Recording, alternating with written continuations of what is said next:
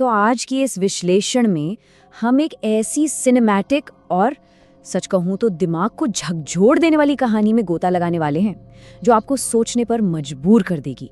Imagine कीजिए, भारत का एक बहुत ही पुराना सरकारी अस्पताल। रात का समय है, धुंधले से गलियारे हैं, हवा में फिनाइल की वो अजीब सी तेज गंध है और सन्नाटे को चीरती हुई दूर किसी मशीन की आवाज आ रही है। मतलब माहौल एकदम ऐसा है जहां सच और भ्रम के बीच का फर्क बिल्कुल खत्म सा हो जाता है। तो चलिए बिना किसी देरी के इस खौफनाक सफर की शुरुआत करते हैं।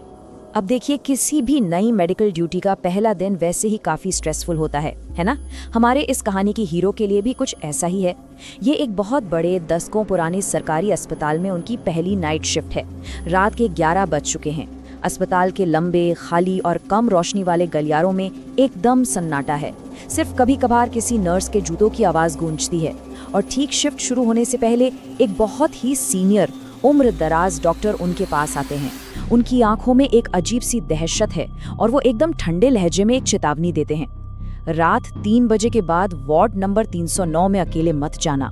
और ये कोई नॉर्मल सी सलाह नहीं थी, ये एक ऐसा नियम था जिसे किसी भी हालत में तोड़ना नहीं था।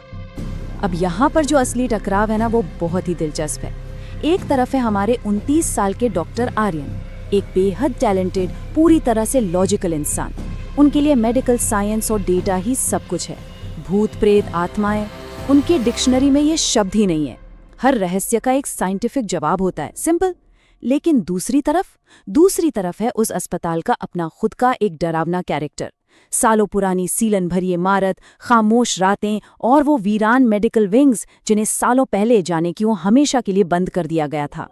तो अब आप खुद सोच सकते हैं कि आर्यन का ये जो लॉजिकल दिमाग है वो इस भारी और रहस्यमयी माहौल से कितनी बुरी तरह टकराने वाला है।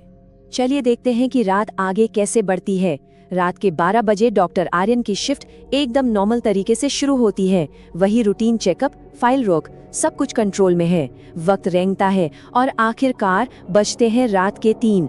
वही मनहूस वक्त जिसके लिए उन्हें वार्निंग दी गई थी। पर आर्यन तो ठहरे लॉजिकल इंसान। उन्होंने सोचा, अरे ये सब पुराने अंधविश्वास हैं, और इसे इग्नोर कर दिया। लेकिन असली खेल तो 3:15 पर शुरू होता है। अचानक सन्नाटे को चीरते हुए इंटरकॉम की घंटी बज उठती है।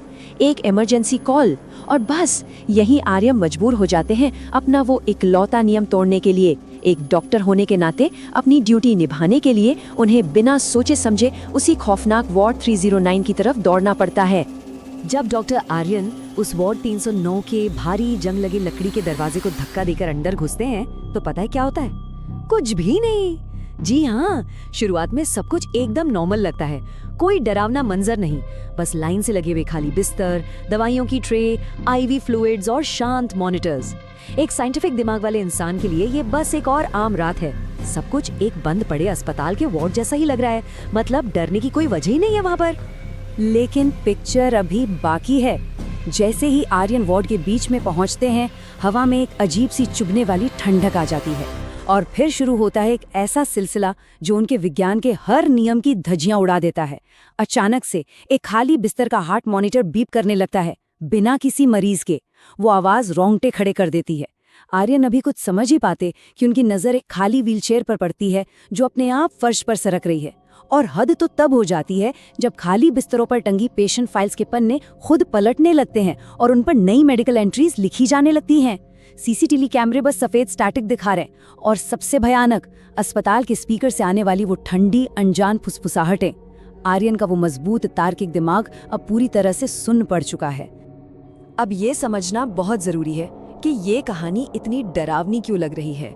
इसे हम साउंड बेस्ड हॉरर कहते हैं।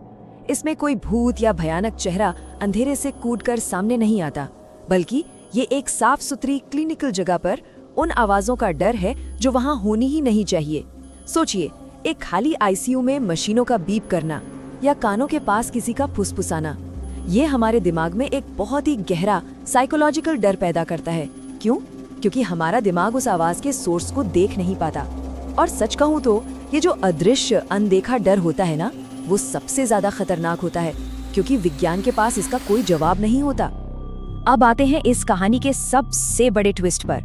उस डरावनी रात के बाद आर्यन पागलों की तरह पुराने रिकॉर्ड्स खंगालते हैं और वहां धूल भरी फाइलों में एक चौंकाने वाला सच मिलता है। वार्ड 309 तो कई साल पहले ही परमानेंटली बंद किया जा चुका है। उसे सील कर दिया गया था। वहां किसी मरीज का होना इम्पॉसिबल है।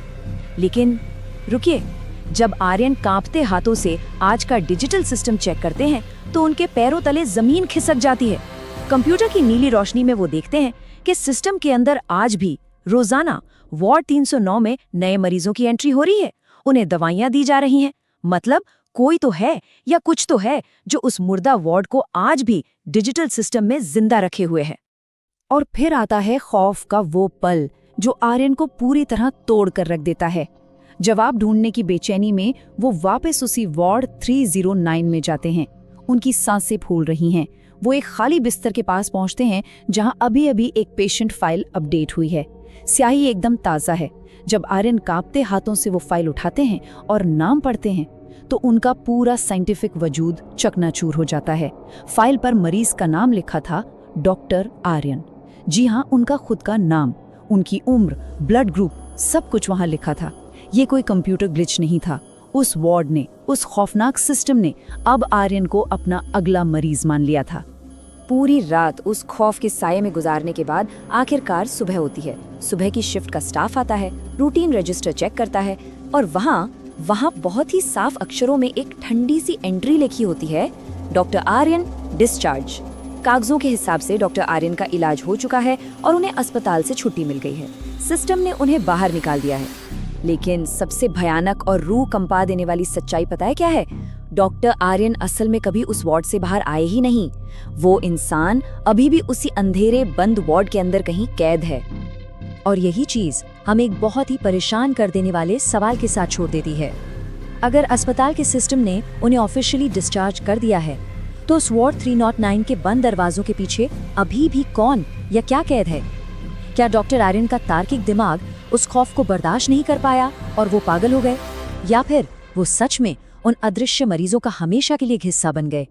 ये कहानी हमें ये सोचने पर मजबूर कर देती है कि जहां विज्ञान की सीमाएं खत्म होती हैं, वहां से कौन सा अनजाना खौफ शुरू होता है।